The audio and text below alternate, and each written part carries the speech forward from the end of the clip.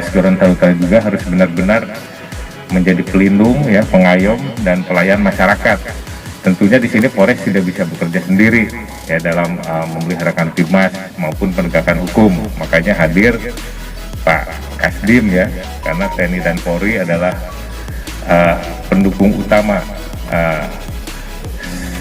pelaksanaan, ya, seluruh kebijakan Pak Bupati di sini, ya. Kemudian juga dalam proses penegakan hukum juga harus sinergi dengan pihak kejaksaan, ya. Dengan dibangunnya rumah dinas Kapolres dan Wakapolres ini, konsekuensinya Pak Kapolres maupun Wakapolres harus segera tinggal di sini bulan Agustus ini, ya. Bukan hanya Kapolres Wakapolres, tetapi anggota juga, ya, harus segera mengisi rumah dinas yang ada di belakang kita ini, ya. Sehingga Kapolres benar-benar berada di tengah-tengah anak buah, gitu. Karena pemimpin yang sebenar-benarnya adalah seorang pemimpin yang selalu berada di tengah-tengah anak buahnya.